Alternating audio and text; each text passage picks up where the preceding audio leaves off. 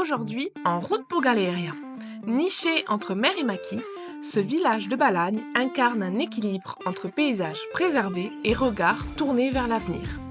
Ici, la nature est souveraine, mais le patrimoine n'est pas en reste. Au cœur du centre ancien, la commune s'est lancée dans un chantier exemplaire de rénovation énergétique et de valorisation du bâti. Dans la cour de la mairie, Jean-Marie Seité, maire de Galéria, nous reçoit aux côtés de l'architecte Leila Mérou.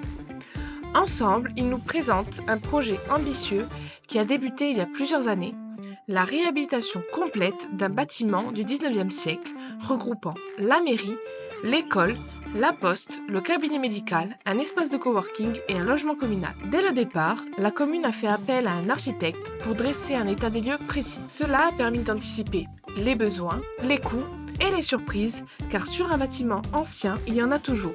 Leila Mérou, l'une des architectes du projet, nous accompagne dans la visite des lieux et nous explique les interventions menées et en cours. Tout le bâtiment a été entièrement repensé. La toiture a été refaite dans son intégralité et l'isolation est assurée par l'extérieur. Ici, le choix a été fait de travailler exclusivement avec des matériaux locaux. La façade a été habillée de pierre du Fang et le bardage en bois est réalisé en pin laricho. Un choix exigeant mais durable qui demande de l'anticipation car certains matériaux, comme le pin, nécessitent un temps de séchage important avant la mise en œuvre. Sur le parvis de la mairie, un nouvel aménagement paysager est prévu. Les travaux débuteront fin septembre pour ne pas perturber la vie du village en période estivale. Un accès PMR sera créé en réutilisant les dalles existantes et l'espace sera partiellement déminéralisé pour laisser place à la végétalisation. L'objectif, ramener de l'ombre et de la fraîcheur et redonner au parvis l'allure d'un vrai jardin public plus agréable à vivre au quotidien. Nous rentrons dans le bâtiment. Sur la gauche, cette grande pièce, autrefois la mairie, a été entièrement transformée en salle polyvalente. Les cloisons intérieures ont été supprimées. Les lambris ont été retirés. Ils masquaient en réalité des traces d'humidité liées à des remontées capillaires. Les murs ont été décroutés et le faux plafond démonté, révélant un plafond envoûtant qui redonne toute sa splendeur et sa hauteur à la pièce. Les murs ont ensuite été enduits à la chaux chanvre, un matériau naturel, isolant et respirant, parfaitement adapté au bâti ancien. Et une partie des murs en pierre a été laissée apparente pour assurer une régulation naturelle de l'humidité. Nous poursuivons la visite du bâtiment.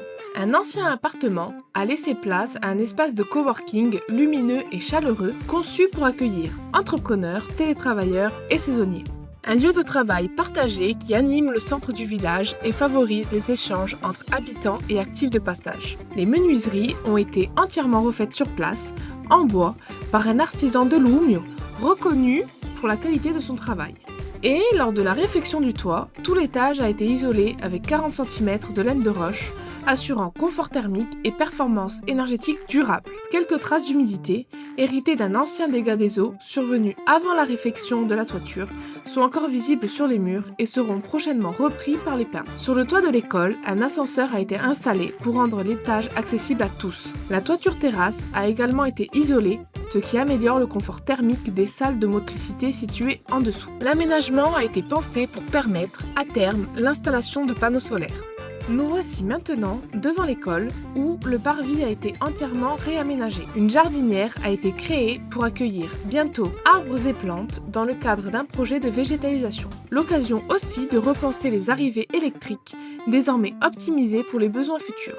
Dans la cour de l'école, une solution ingénieuse a été mise en place. Un banc a été conçu à partir de dalles très lourdes qui peuvent être soulevées pour révéler un espace creux abritant un système de drainage. Ce dispositif permet d'évacuer les eaux pluviales vers les caniveaux et ainsi d'éviter les remontées d'humidité dans le bâtiment. Comme la mairie, la façade de l'école a été isolée par l'extérieur pour renforcer la performance énergétique du bâtiment. Des éclairages basse consommation ont également été installés sur l'ensemble du site. L'objectif est clair, atteindre entre 60 et 70% de gains énergétiques. Le bâtiment, autrefois considéré comme une passoire thermique, est aujourd'hui l'un des mieux isolés de la commune, offrant un confort thermique nettement amélioré. Les retombées financières sont déjà significatives avec des économies d'énergie déjà bien visibles. Un projet exemplaire qui allie confort, économie d'énergie et valorisation du patrimoine.